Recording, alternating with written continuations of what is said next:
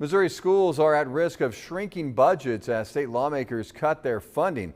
Missouri lawmakers disagree on how much to fund public education. Some propose moving money that's set aside to renovate the Capitol building to the Public Education Fund.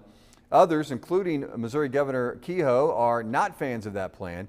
Missouri teachers worry about losing resources and extracurricular programs if public schools are not fully funded. So it's a little bit about trying to make sure we restore the Capitol for future generations. It's also about using one-time money to fix an ongoing problem. It's sad if the legislature would rather have new offices than fund public education, but it seems like that might be where we're at. Lawmakers have 2 weeks left to finalize the 2027 budget. The Missouri